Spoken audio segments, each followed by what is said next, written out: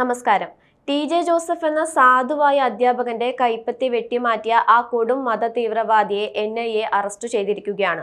ചോദ്യപേപ്പറിൽ മതനിന്ദ ആരോപിച്ച് താലിബാൻ മോഡൽ നടപ്പാക്കാനായി അധ്യാപകൻ ടി.ജെ. ജോസഫിന്റെ കൈവെട്ടിയ കേസിലെ ഒന്നാം പ്രതിയും പിടികിട്ടാപ്പുള്ളിയുമായ അശമന്നൂർ നൂലേലി മുടശ്ശേരി സവാദാണ് കണ്ണൂരിൽ പിടിയിലായിരിക്കുന്നത്.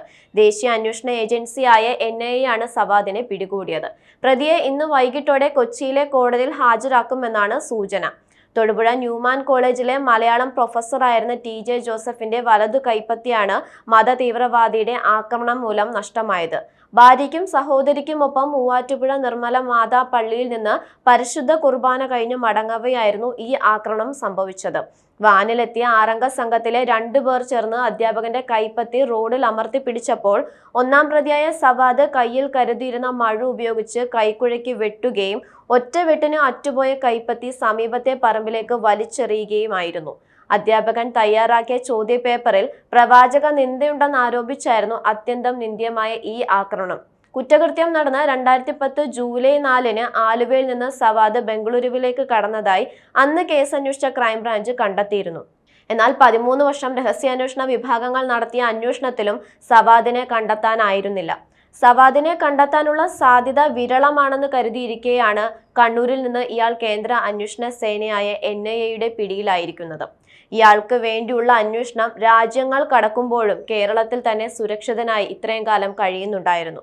കണ്ണൂരിലെ മട്ടന്നൂരിൽ ഒരു വാടക വീട്ടിൽ മരപ്പണി ചെയ്താണ് പോപ്പുലർ ഫ്രണ്ട് പ്രവർത്തകനായ പ്രതി ഒളിവിൽ കഴിഞ്ഞത്.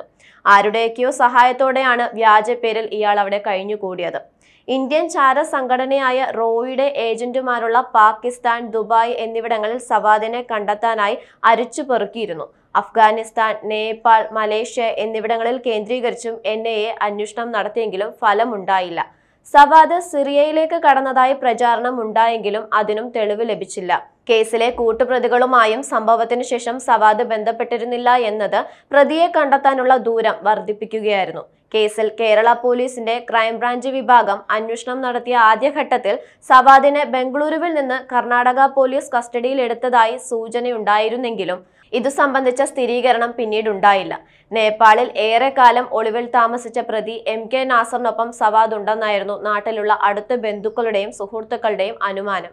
എന്നാൽ നാസർ കീഴടങ്ങിയ ശേഷം വിശദമായി ചോദ്യം ചെയ്യപ്പെട്ടെങ്കിലും സവാദിനെ സംബന്ധിച്ച വിവരം അന്വേഷണ സംഘത്തിന് ലഭിച്ചില്ല.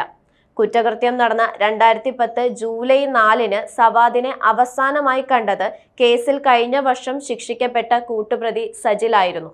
ഈ കൈവെട്ട് കേസിൽ ആകെ 54 പ്രതികളാണ് ഉണ്ടായിട്ടുള്ളത്. അധ്യാപകന്റെ കൈവെട്ടാൻ ഉപയോഗിച്ച മഴുവുമായാണ് സവാദ് അന്നു കടന്നു കളഞ്ഞത്. ക്രൈംബ്രാഞ്ചിനും എൻ.ഐ.എക്കും ഈ മഴുവും ഇതുവരെ വീണ്ടെടുക്കാൻ കഴിഞ്ഞിട്ടില്ല എന്നതാണ് മറ്റൊരു സത്യം. ആക്രമണത്തിനിടയിൽ സവാദിന് ചെറിയ തോതിൽ പരിക്കേറ്റിരുന്നു. പരുക്കുമായി സവാദ് ആലുവ വരെ എത്തിയതിന് തെളിവുണ്ടെങ്കിലും അവിടെ നിന്ന് എങ്ങോട്ടാണ് നീങ്ങിയത് എന്ന് സംഘത്തിന് പിന്നീട് അന്വേഷിച്ച് കണ്ടെത്താൻ കഴിഞ്ഞില്ല. എന്തായാലും എൻ.ഐ.എക്ക് അഭിനന്ദനങ്ങൾ പറയാം. ജോസഫ് സാറിന് നീതി ലഭിച്ചിരിക്കുകയാണ്. ഉടൻ തന്നെ സംഭവത്തിലെ ആസൂത്രണം ചെയ്ത തലവന്മാരെയും കണ്ടെത്താൻ കഴിയട്ടെ. കൂടുതൽ വാർത്തകളും വിശേഷങ്ങളും നിങ്ങളിലേക്ക് എത്താൻ ABC മലയാളം സബ്സ്ക്രൈബ് ചെയ്യുക, ബെൽ ബട്ടണും അമർത്തുക.